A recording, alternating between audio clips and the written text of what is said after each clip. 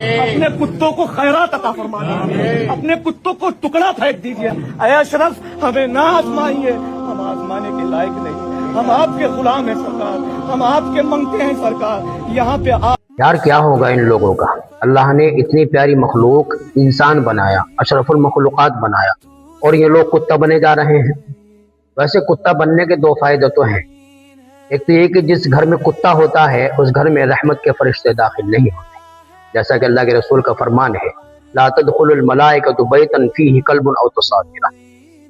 दूसरा कुत्ता बनने का फायदा यह है कि जन्नत में सिर्फ इंसान जाएंगे, कुत्ते नहीं जाएंगे। तो अगर इनको कुत्ता बनना पसंद है तो इनको कुत्ता बनना मुबारक हो। हम गुलाम बनना पसंद करते हैं, वो भी अपने नबी का गुलाम और अपने अल्लाह का बंदा बनना पसंद करते हैं, जिसका अल्लाह ने हमें हुक्म दिया है।